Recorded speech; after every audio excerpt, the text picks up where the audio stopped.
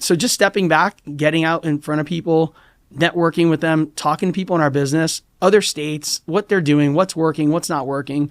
That's been really one of my big eye openers in the last 6 years.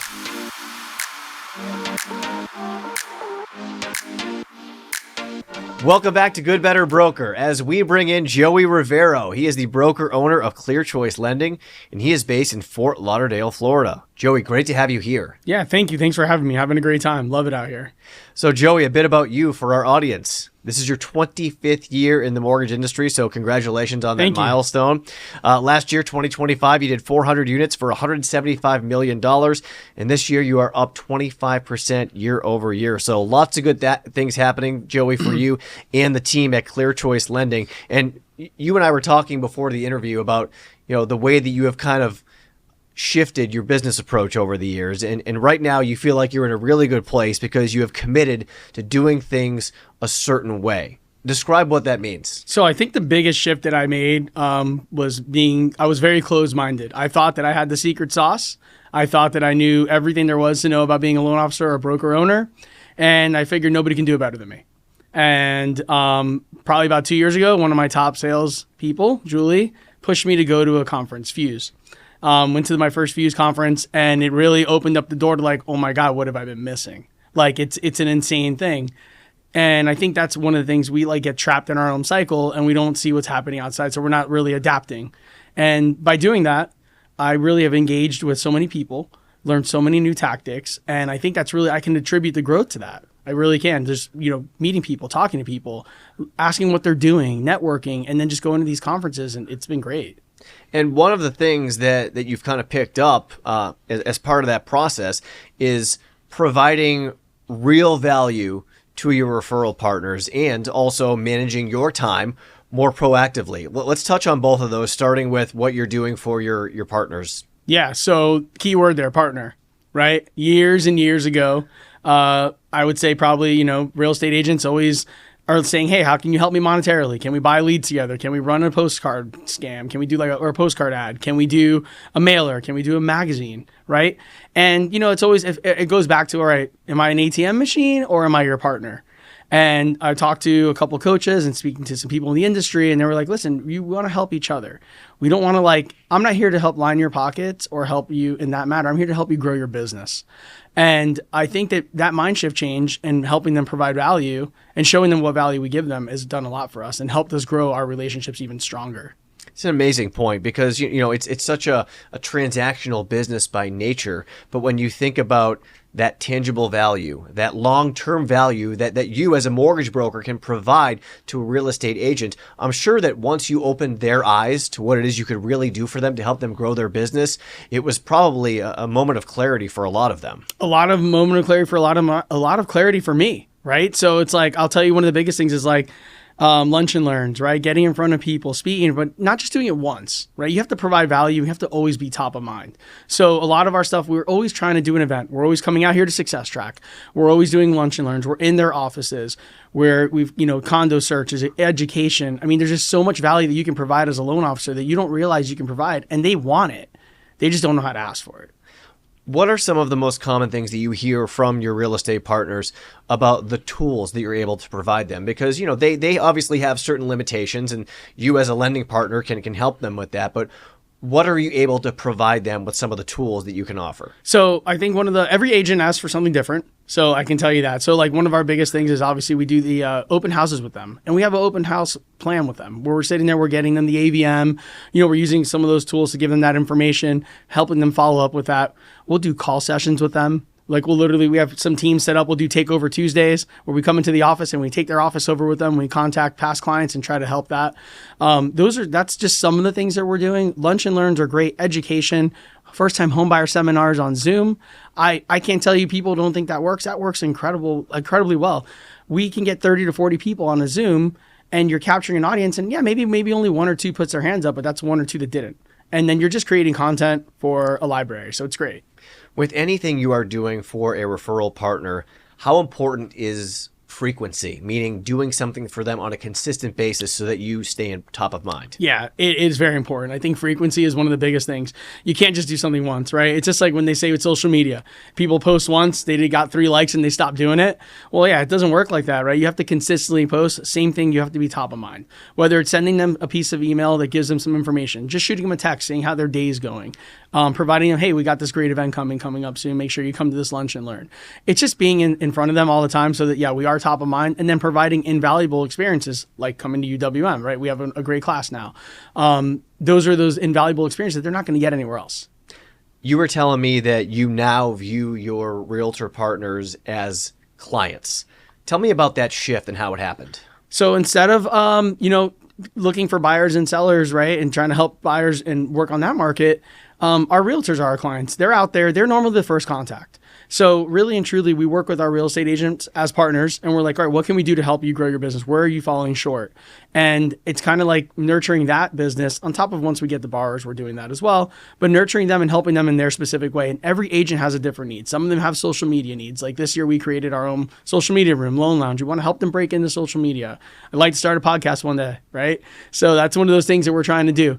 Everybody just needs a little different avenue, and just identifying it. If you can identify their weakness, you can help them out, and we have the tools to do it. Sometimes you have to make difficult decisions in this business, and, as much as you want to work with a lot of realtors, sometimes you realize that one of them may not be the best fit for you, even if they are bringing you a lot of business.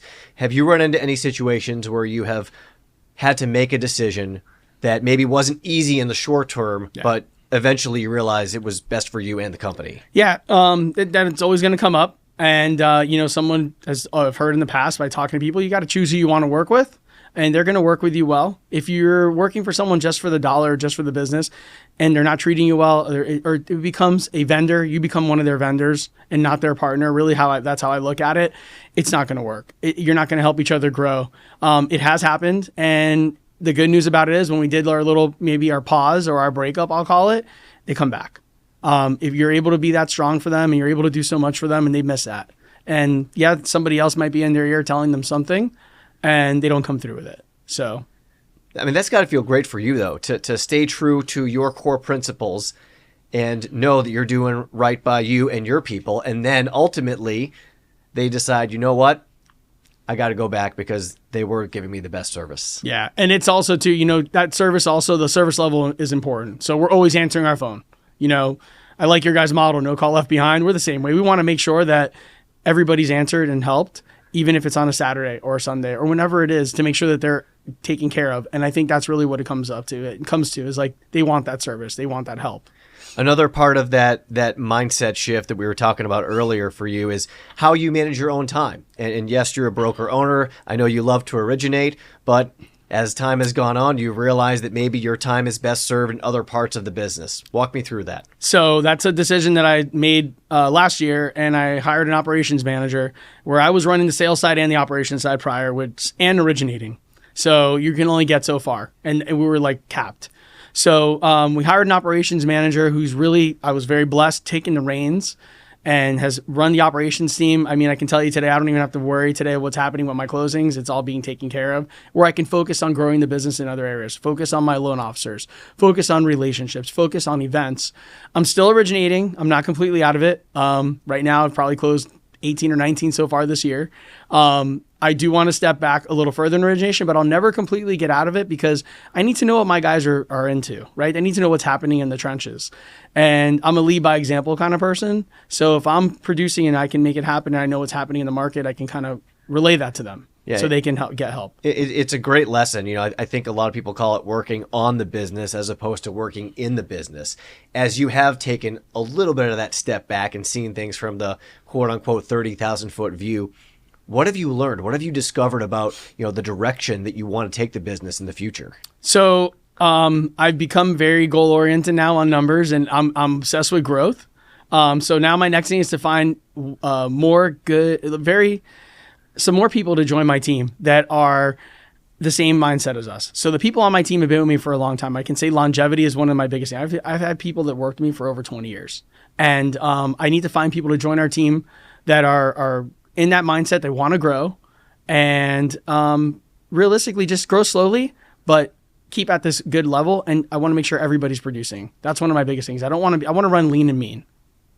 What has this been like for you, to make this pivot that you have to now have this kind of future state that you're putting together? Is it refreshing for you? Is it exciting? Like, how would you describe the way that you feel? As we said, 25 years into the business, but now it seems like you've almost got like a bit of reinvigoration, if you will. It's like a recharge. Yeah, it does. I wake up excited every day. I really do. I mean, I just went on vacation for a week, and I was actually excited to get back into it. And it's funny, my mind doesn't stop. I'm always thinking of ideas, whether it's a social media post, whether it's, maybe we should do this, or this is a great idea for an email. It's always something going on. So when you love it and it's working for you, I think it works well. Earlier in the conversation, you mentioned a conversation that you had a few years ago with your top producer.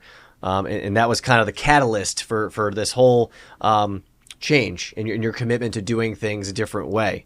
During that conversation, you were telling me that this colleague of yours also mentioned, what are you going to leave for your family? And brought that thought to your mind, and not just what's happening today. Tell me what that part of the conversation was like, and what that did for you. Yeah, one of my top producing clients, one of my biggest clients, actually my biggest client, years ago told me, where do you see yourself in 5, 6, 7, 10 years? And I was very happy. That's when I had my closed-minded situation. I'm like, I'm good. We're doing great. I've got family time. She's like, yeah, but where do you see your end game? And I'm like, I don't know, and she's like, well, you should be really focusing on that.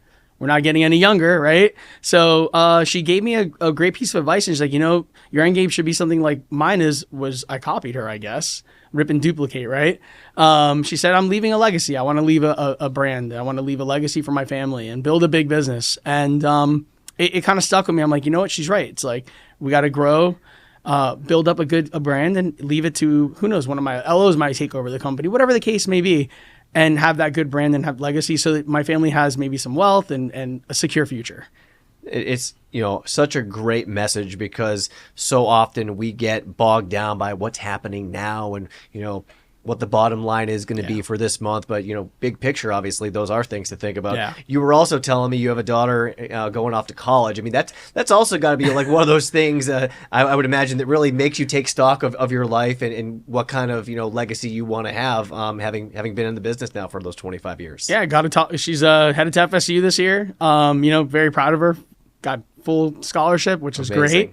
So I'm very proud of her. Worked really hard for it. And have a son who's also is a pilot, growing. He's 25 years old. So it's really cool to watch your kids grow. And I don't know if they're simulating what I've done and walked my work ethic. I'm not sure exactly what sauce, we did for that one or what mix. I got to give my wife a lot of credit.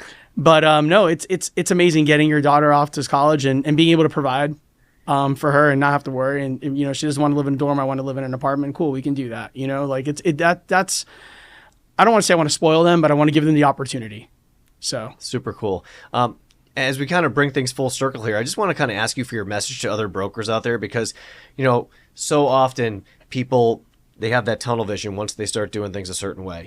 It's working great. You were saying it, that was 100%. The way it was for you. Why should they take a step back and kind of take stock of things and say to themselves, you know what?